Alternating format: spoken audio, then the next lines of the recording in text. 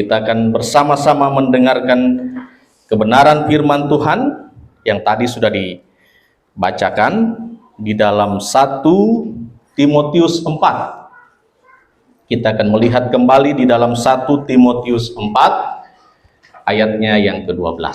Bapak Ibu Saudara yang dikasihi oleh Tuhan kita Yesus Kristus, dari pembacaan yang telah kita baca bersama, tema khotbah yang akan saya sampaikan di sore menjelang malam hari ini yaitu hidup yang memberi teladan. Ya, hidup yang memberi teladan. Teladan menurut pemahaman umum adalah suatu sikap, perilaku, perkataan, perbuatan seseorang yang dapat dicontoh. Pada umumnya keteladanan dimaknai sebagai contoh yang baik. Sedangkan keteladanan itu adalah sesuatu yang dapat kita tiru di dalam kehidupan kita sebagai manusia dan juga yang dapat dicontoh. Itu disebut dengan keteladanan. Dalam perbincangan sehari-hari kita mungkin sudah pernah mendengar pepatah yang mengatakan bahwa satu keteladanan itu lebih baik dan bermakna daripada sejuta nasihat. Mungkin kita pernah mendengar tentang hal itu. Satu keteladanan lebih baik daripada sejuta nasihat. Satu keteladanan yang baik, baik itu dalam perkataan kita, dalam kelakuan kita, sifat maupun perbuatan yang dapat ditiru atau dicontoh, akan lebih bermakna daripada beragam nasihat yang tidak dapat kita lihat dan juga tidak jelas. Jadi satu keteladanan itu sangat bermakna daripada sejuta nasihat-nasihat yang ada. Bapak Ibu Saudara yang dikasihi oleh Tuhan kita Yesus Kristus, inilah yang disampaikan oleh Rasul Paulus di dalam pembacaan kita pada sore menjelang malam ini kepada anak didiknya, kepada muridnya Timotius, untuk Timotius menjadi teladan di dalam kehidupannya sehari-hari. Juga menjadi teladan di dalam kehidupannya untuk melayani Tuhan. Timotius perlu menjadi teladan bagi banyak orang, bagi sesamanya manusia. Bapak Ibu Saudara yang dikasihi oleh Tuhan kita Yesus Kristus, menjadi teladan merupakan hal yang selalu dilakukan oleh Rasul Paulus.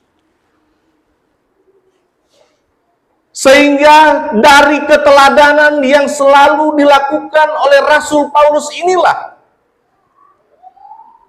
disampaikan kepada anak didiknya, untuk juga anak didiknya, muridnya, lakukan itu dalam kehidupannya. Teladan merupakan gaya hidup atau role model dari Rasul Paulus.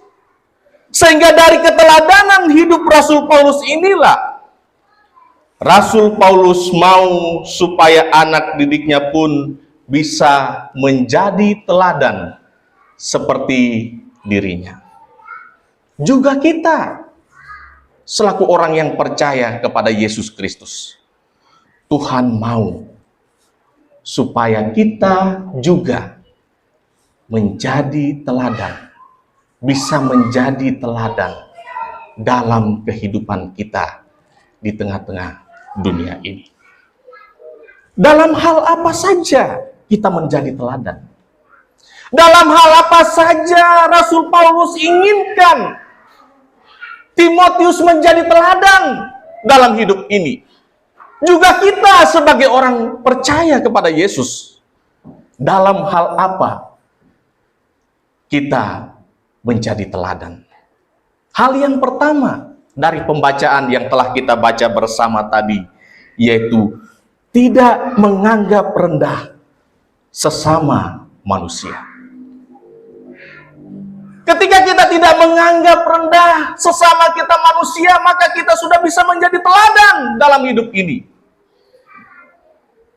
Karena seringkali ketika kita menganggap rendah sesama kita, meremehkan sesama kita manusia,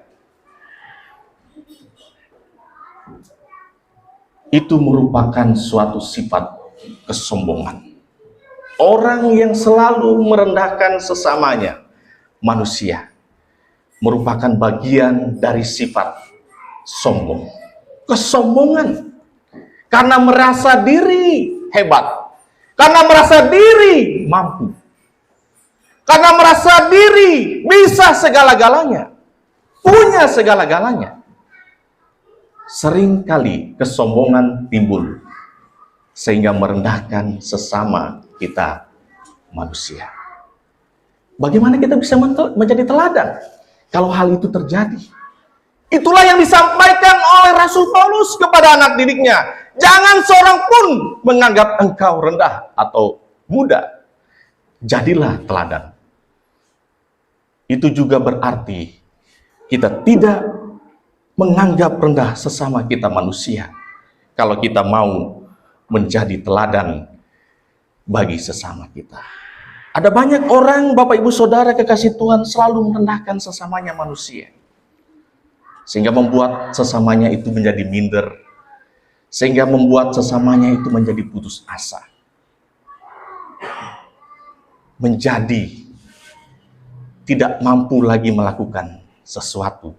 Karena tekanan-tekanan merendahkan sesamanya. Ada banyak orang demikian.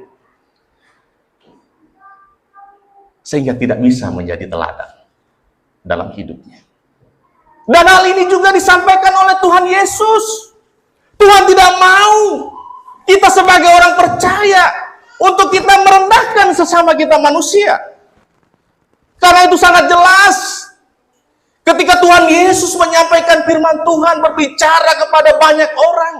Dan juga di situ ada murid-muridnya. Datanglah para orang tua membawa anak-anak kepada Tuhan Yesus.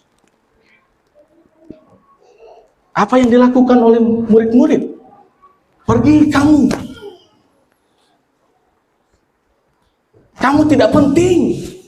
Jangan bawa anak-anak ke sini.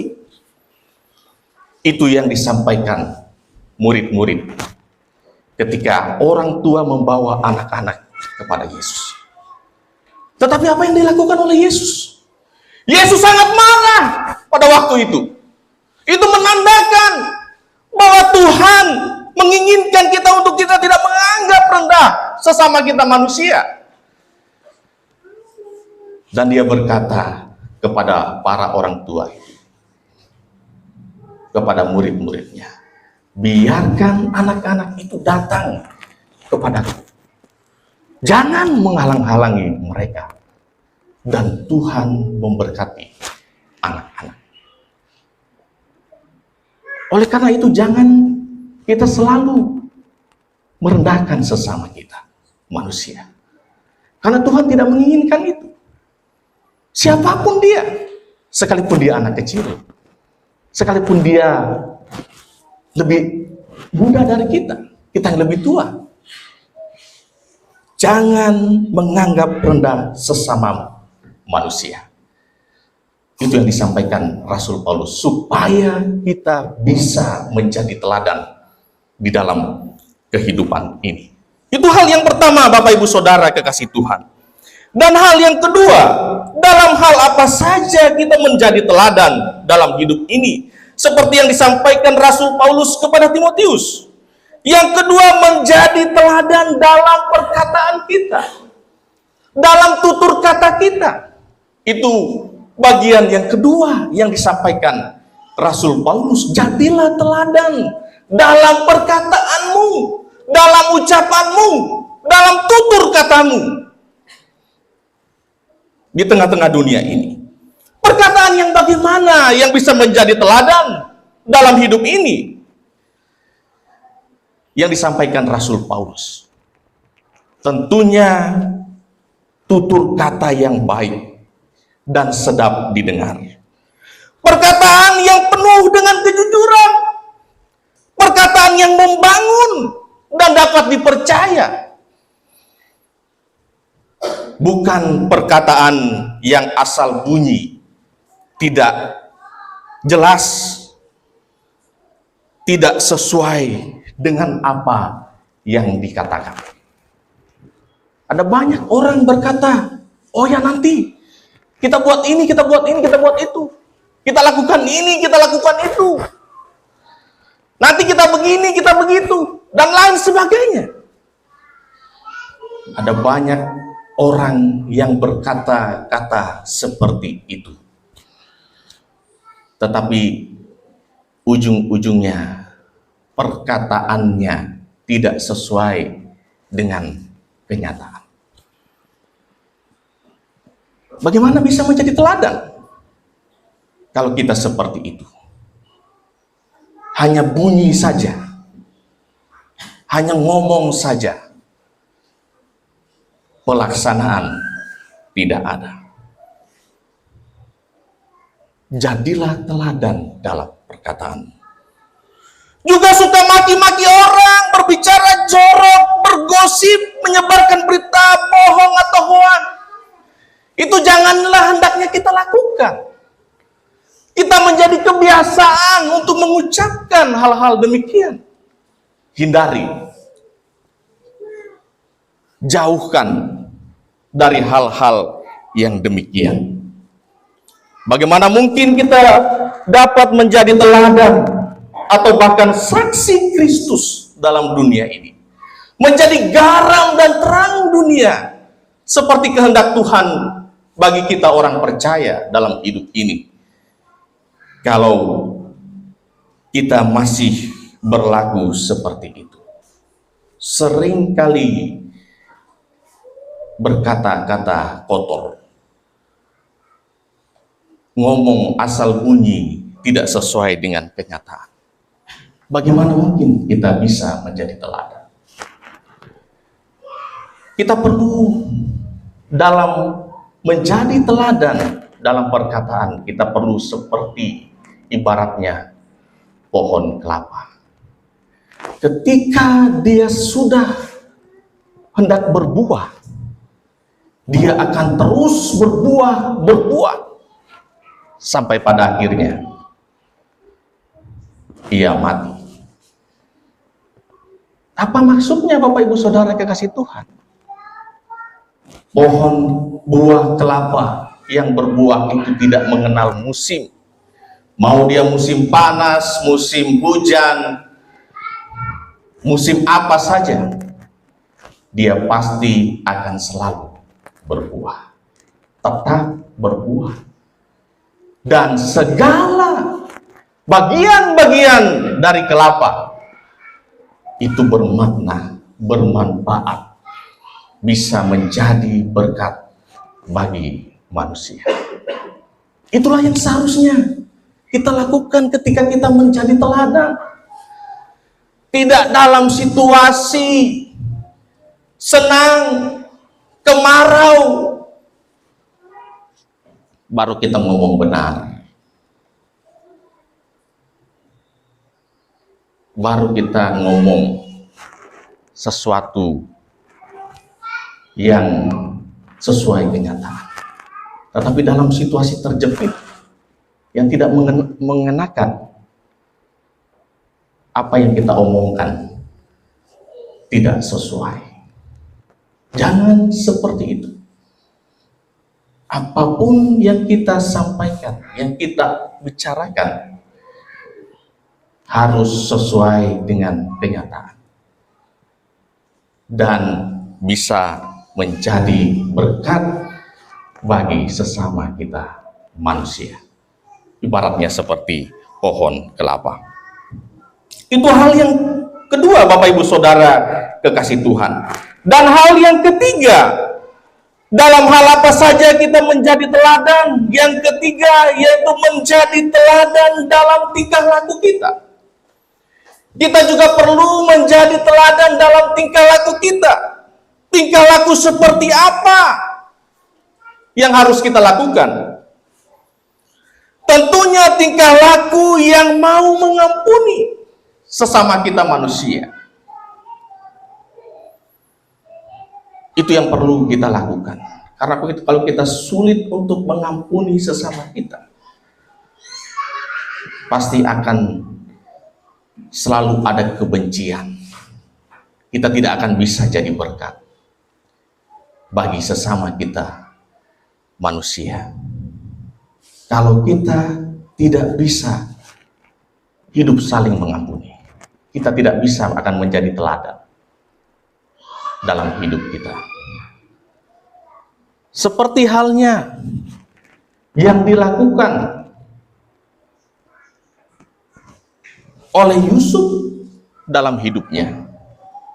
Ketika saudara-saudaranya berbuat kesalahan,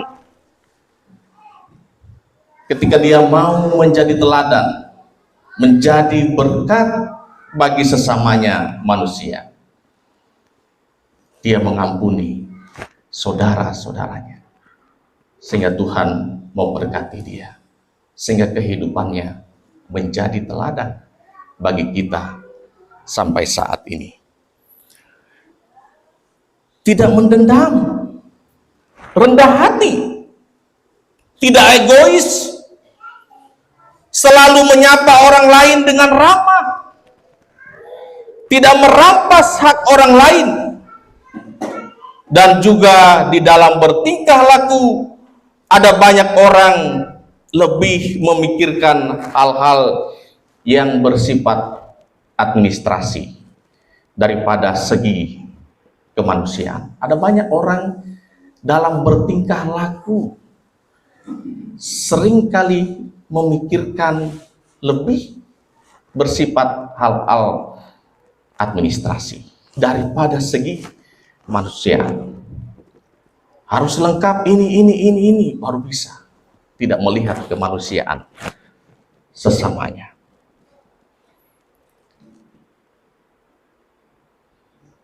Salah satu contoh diajarkan oleh Tuhan Yesus ketika dia membasuh kaki murid-muridnya. Sebenarnya yang harusnya membasuh adalah murid-muridnya. Tetapi Yesus, dia merendahkan diri membasuh kaki murid-muridnya. Di dalam firman Tuhan itu dikatakan, memang aku ini guru dan Tuhan, tetapi aku melakukan ini, membasuh kaki kalian, untuk memberikan suatu teladan supaya engkau juga melakukannya. Ada banyak orang hanya memikirkan administrasi. Oh, tidak boleh seperti itu, harus seperti ini.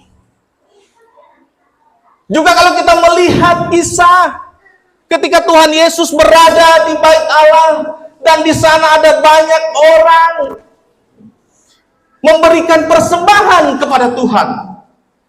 Ada banyak orang kaya memberikan persembahan kepada Tuhan dengan uangnya yang melimpah-limpah. Tetapi seorang janda miskin hanya memberikan 2 peser persembahan kepada Tuhan. Secara administrasi, yang paling banyak siapa? Tentunya orang-orang yang kaya. Seringkali kita melihat seperti itu. Tetapi apa yang dikatakan Tuhan? Orang ini, janda ini memberi lebih banyak daripada mereka itu. Mengapa demikian, Bapak Ibu Saudara kekasih Tuhan? Karena Tuhan melihat kemanusiaannya. Dia tidak hanya melihat secara administrasi apa yang dilakukan oleh orang-orang kaya itu, tetapi juga dia melihat dari segi kemanusiaan. Bagaimana seorang janda itu memberikan persembahannya dari kekurangannya. Tidak tahu apa yang akan terjadi esok hari, karena sepenuhnya sudah diberikan kepada Tuhan. Orang ini lebih banyak memberi. Kalau orang kaya mungkin hanya 0 komanya uang yang dipersembahkan, mungkin banyak. Tetapi si janda miskin ini, dia memberi dari kekurangannya. Tidak tahu apa yang ia harus makan besok hari, itu sudah diberikan kepada Tuhan.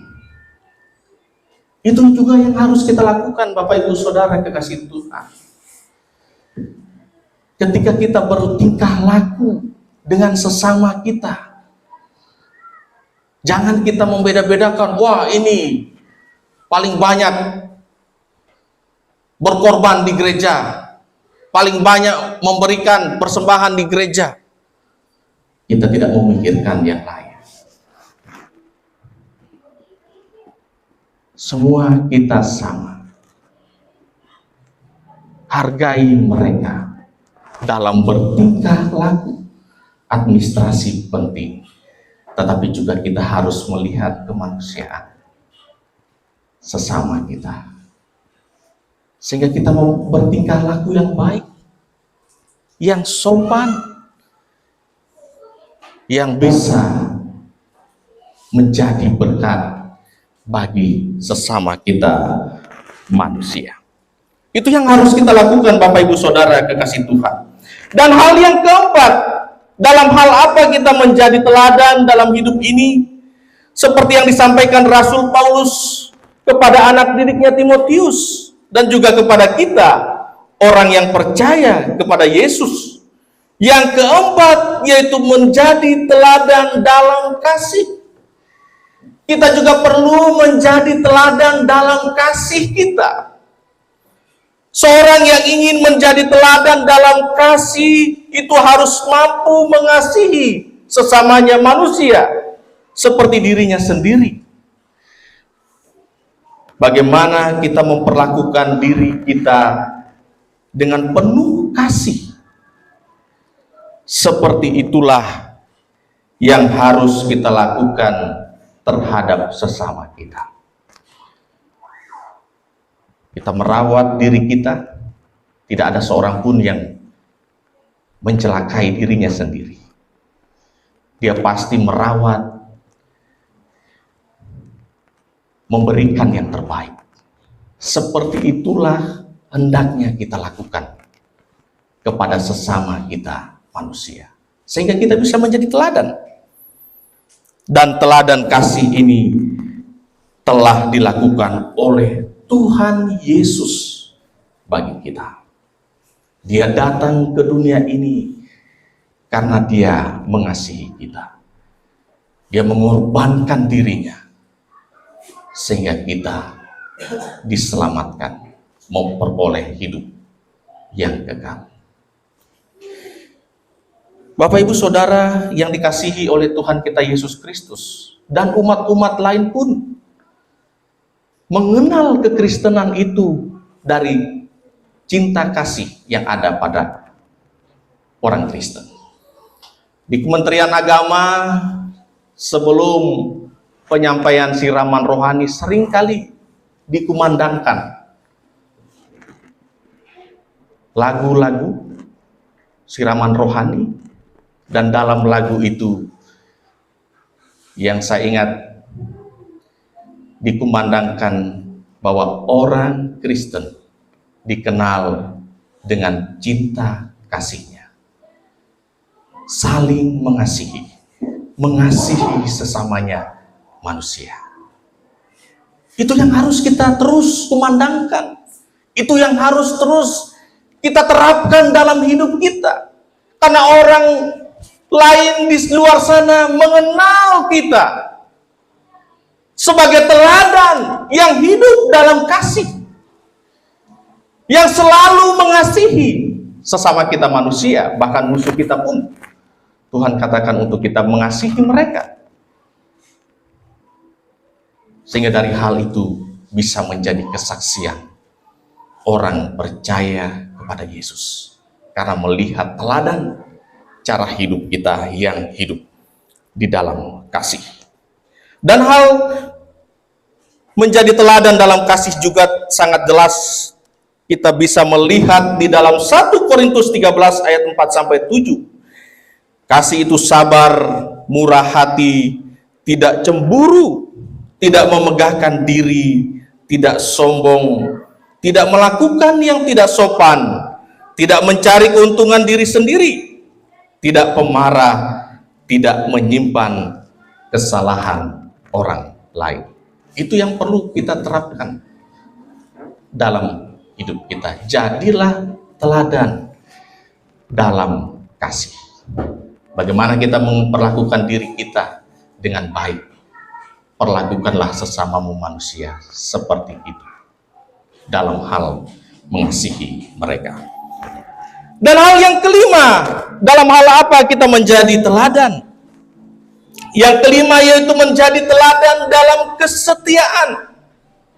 Kita perlu juga menjadi teladan dalam kesetiaan kita dalam dunia ini, di mana orang percaya selalu setia, tidak mengkhianati orang yang mempercayainya, bisa dipercaya dan diandalkan, dan tekun dalam melakukan sesuatu, tidak berselingkuh, setia menjalankan tugas yang dipercayakan, dan setia dalam melayani Tuhan. Bagi kita yang sudah berkeluarga, setialah kepada pasanganmu. Ada banyak godaan di luar sana ketika kita bekerja. Yang menjadi pertanyaan, bisakah kita menjadi teladan dalam kesetiaan kita? Itu yang Rasul Paulus mau. Itu yang Tuhan mau. Jadilah teladan dalam kesetiaan. Dimanapun kita berada, setialah. Hiduplah benar di hadapan Tuhan. Setia juga dalam menjalankan tugas yang dipercayakan. Jangan karena ada bos, orang yang perhatikan kita baru kita setia. Tetapi setialah, mau ada bos, mau ada orang yang tidak perhatikan. Setialah terhadap tugas dan tanggung jawab yang Tuhan percayakan kepadamu.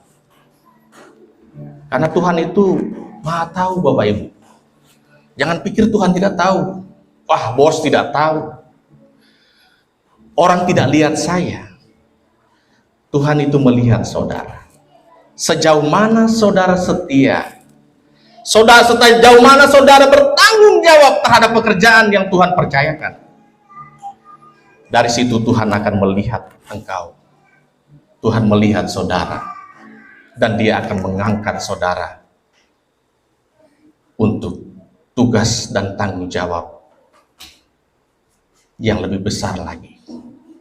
Yang bisa mendatangkan berkat di dalam kehidupanmu. Itu banyak terjadi. Dalam kehidupan orang-orang percaya, dalam kehidupan Daud kita bisa melihat contoh itu. Dalam kehidupan Yusuf kita bisa melihat contoh itu. Karena kesetiaannya Tuhan mengangkat dia. Itu juga bisa terjadi bagi Bapak Ibu Saudara yang dikasihi oleh Tuhan kita Yesus Kristus.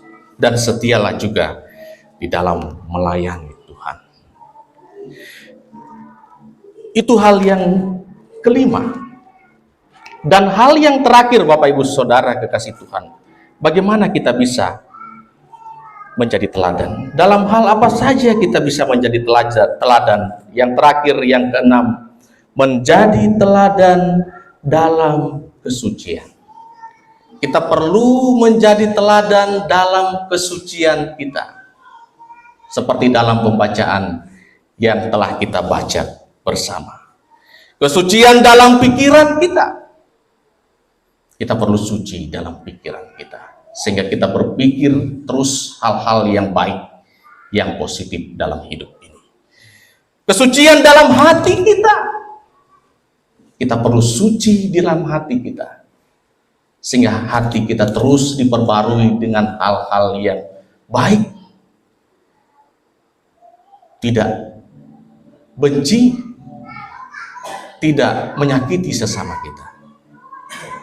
Kita perlu juga suci di dalam tubuh kita, sehingga seluruh tubuh kita pergunakan untuk hal-hal yang berkenan di hadapan Tuhan. Kesucian dalam pikiran itu artinya kita tidak cemar oleh berbagai pengajaran yang sesat. Kesucian hati itu artinya kita tidak cemar oleh keinginan-keinginan duniawi dalam hidup ini. Seringkali kita tidak bisa menjadi teladan karena kesucian hati kita tidak jaga, sehingga kita cemar dengan keinginan-keinginan dunia. Kita terbuai dengan kemabukan, kita terbuai dengan wanita-wanita lain,